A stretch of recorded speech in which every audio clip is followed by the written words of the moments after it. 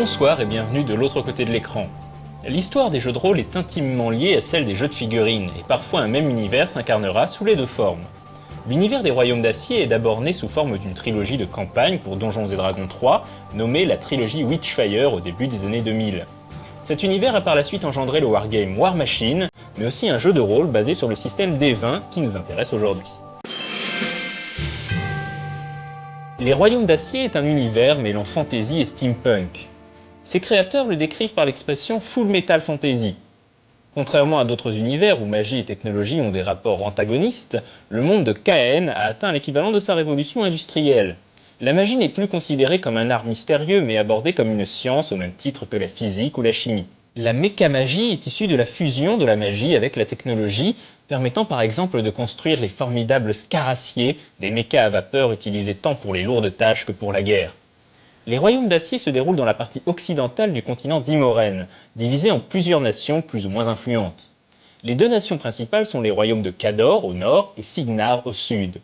La tension monte entre les deux puissances et la guerre semble désormais inévitable, et le jeu des alliances et des haines ancestrales risque d'embraser l'ensemble de l'Imoren occidentale. Lorsque la guerre éclatera, elle sera livrée avec l'épée et la magie, mais aussi les armes à feu et les machines. Dans ce contexte, des héros émergent pour forger le futur du monde de Caen.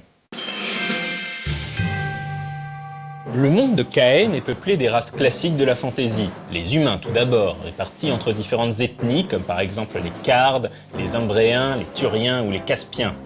Chaque ethnie est traitée comme une race à part entière avec ses forces, ses faiblesses et ses différences culturelles. Les nains sont également une race majeure de l'Imoren et l'essor de la mécamagie leur a permis de prospérer.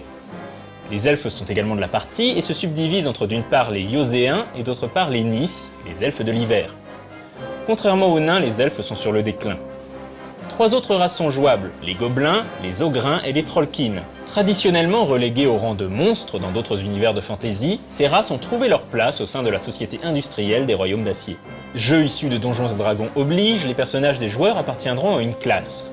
On retrouve les classiques guerriers, magiciens, prêtres et autres druides. Mais les Royaumes d'Acier possèdent également des classes propres comme le mage balisticien ou le mécarcaniste. Le jeu inclut également des classes de prestige comme le fusilier, le méca-stratège ou le tueur de mages, un assassin elfe traquant les mages humains car il considère que ceux-ci souillent la magie. Les Royaumes d'Acier utilisent le système D20 OGL, c'est-à-dire que le jeu est basé sur les règles de Donjons & Dragons 3.5. C'est donc le système classique bien connu des fans de D&D et utilisé dans de nombreux autres jeux.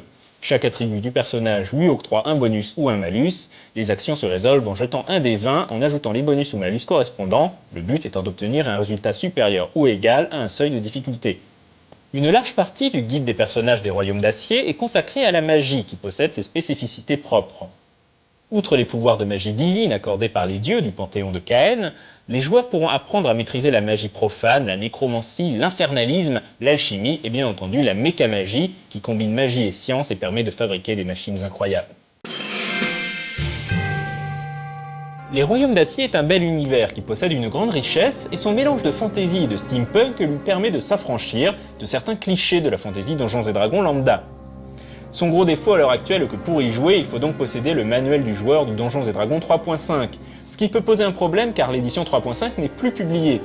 Alors bien sûr, il est possible de se débrouiller en se tournant vers d'autres systèmes à base d'OGL comme Pathfinder ou le DK System, pour n'en citer que quelques-uns, mais ce n'est pas l'idéal.